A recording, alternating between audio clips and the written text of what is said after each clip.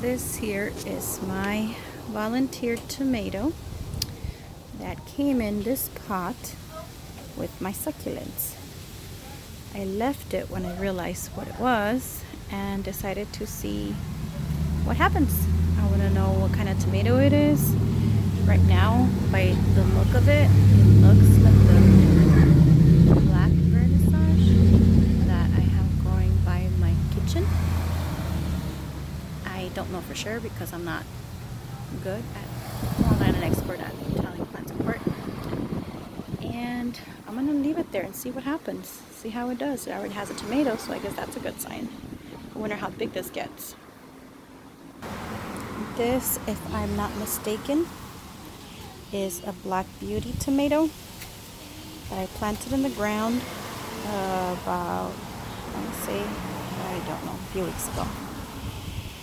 And that one came in a pot with that one right there. That one. Well, I guess my finger took it out of focus, but that one. And they were planted the same day. They grew about the same.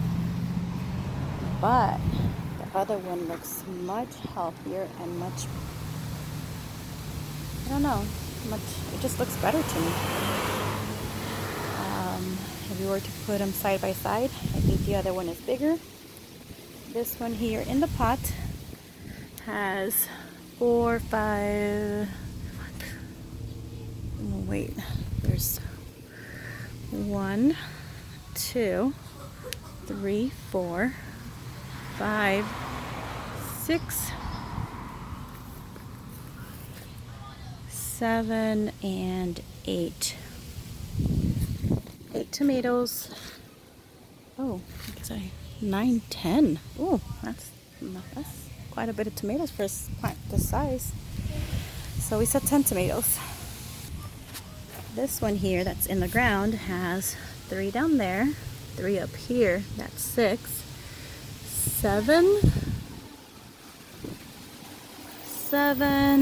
plus this tiny little one over here. I'm not sure if it's pollinated right.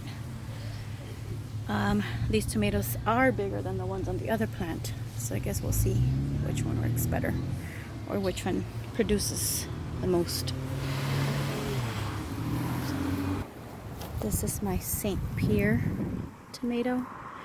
It's a red type of tomato. I have it in this smaller size pot. I planted it. And then these two little, oh, I guess it's 3 now, little things came up. I don't know if it's the same kind of tomato because at some point I just started throwing things in pots and hoping something will stick. Well, let's see what happens with this one. Doesn't seem to have any tomatoes yet. There's some flowers. That one seems dry, but there's some at the top that seem promising.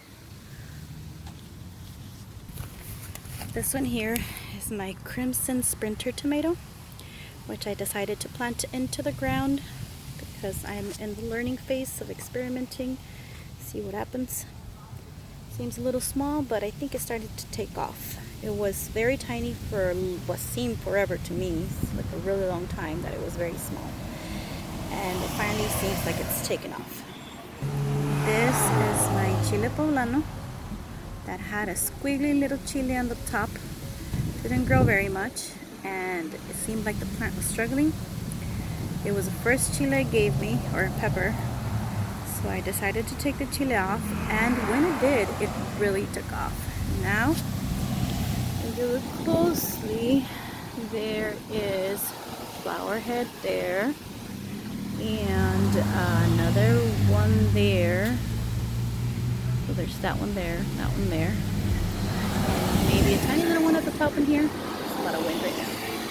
So I'm hoping that me sacrificing that very first pepper helped out the plant. We'll see how this one progresses. My very first black Cherokee beans.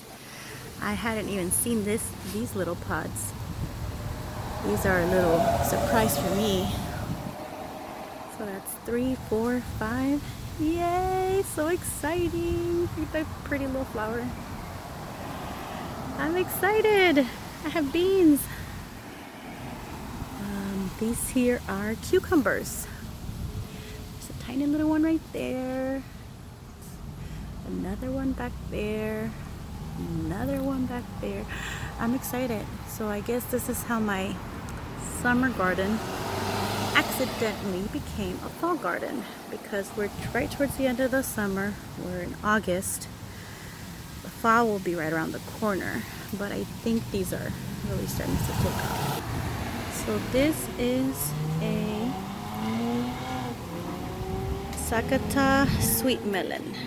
I am considering sacrificing the very first melon, because honestly I don't think this plant is doing very well. It's struggling a bit.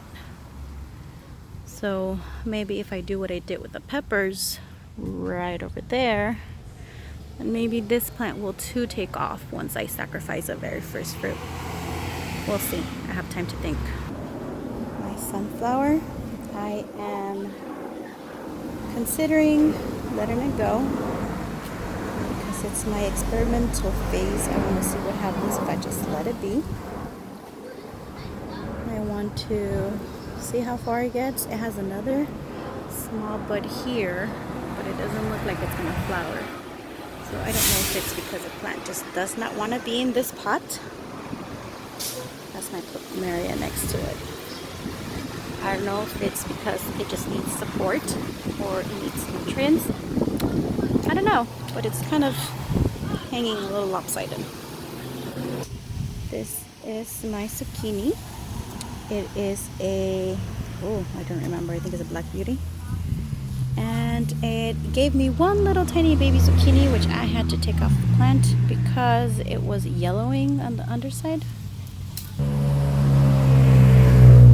So I decided to take the zucchini off.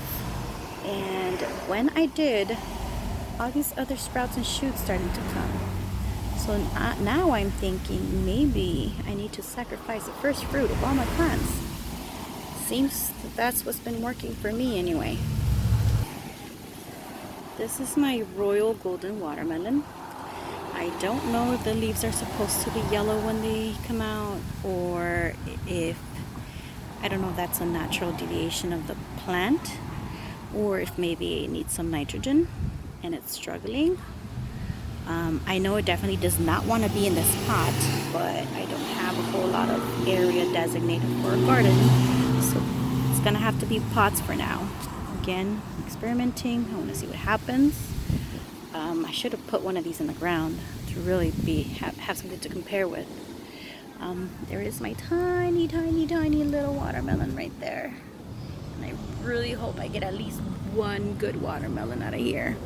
I don't need it to be big, I don't need it to be pretty, but I do want it to be at least sweet.